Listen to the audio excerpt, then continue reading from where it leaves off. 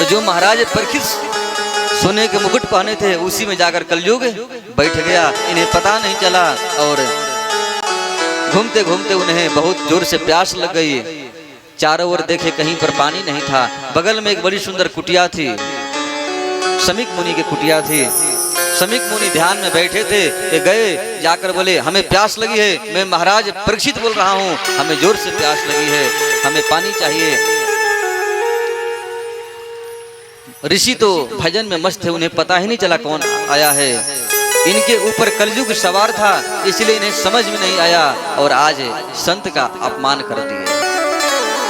मरा हुआ बगल में सर्प था, उसको उठाकर ऋषि गले में लपेट दिए। बोले जाओ, जब तुम मुझे सम्मान नहीं कर सकते हो तो मैं भी तुझे अपमान करके जा रहा हूँ। एक ऋषि कुमार बगल में बैठा था, दौड़े दौड़े गया कौशिकी नदी के पास। वहां पर इनके पुत्र ऋषि श्रृंग बैठे थे, स्नान कर रहे थे। जाकर बोले अरे श्रृंग, तुम यहाँ पर स्नान कर रहे हो, एक दुष्ट राजा ने तुम्हारे पिता को अपमानित करके चला गया, गले में सर्प डालकर चला गया। छोटे से बालक थे लेकिन तेजस्वी थे और वे कौशिकी नदी के जल लेकर शाप दे दिए कि जो दुष्ट राजा हमारे पिता को अपमानित किया है, गले में सर्प डालकर गया है, आज के 7वें दिन उसी तक्षक नाग के डसने से उसकी मृत्यु हो जाएगी। रोते हुए जाकर अपने पिताजी के पास गए।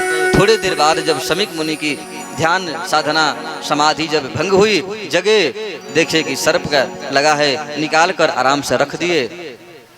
बगल में बेटा रो रहा था, अरे पुत्र तुम क्यों रो रहे हो? उसने कहा पिताजी आपका किसी ने अपमान किया है और मैं भी उसे श्राप दे दिया हूँ। कौन किया अपमान?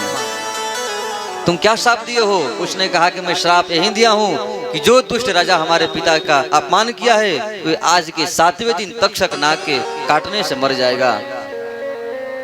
आंख बंद करके शमीक मुनि ने देखा, बोले अरे मूर्ख तुमने क्या कर दिया? अरे वे पांडवों के धरोहर थे, वे महाराज परीक्षित थे, जिनके कृपा से आज हम लोग जंगल में भजन करते हैं, स्वच्छंद घूम रहे हैं। वे राजा नहीं, वे तो ब्रह्मर्षि हैं, राजर्षि हैं। वे नहीं रहेंगे तो फिर हम लोग का क्या होगा? तुमने बहुत भारी तुमने गलती काम कर दिया। इधर महाराज परीक्षित अपने घर को गए। वहां पर जाकर जैसे ही मुकुट उठाकर रखे तब तक उन्हें ज्ञान हो गया, हो मैं तो एक संत का अपमान कर दिया। मन में ग्लानि होने लगी कि मैंने बहुत भारी पाप किया है।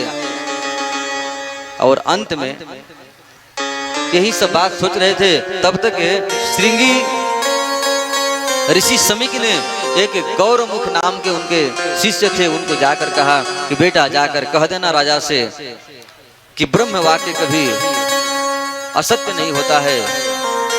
आज के 7वें दिन तुम्हारी मृत्यु हो जाएगी, इसलिए जो भी अपने कल्याण का साधन करना है आप साधन कर लो, क्योंकि सिर्फ तुम्हारे पास केवल 7 दिन है।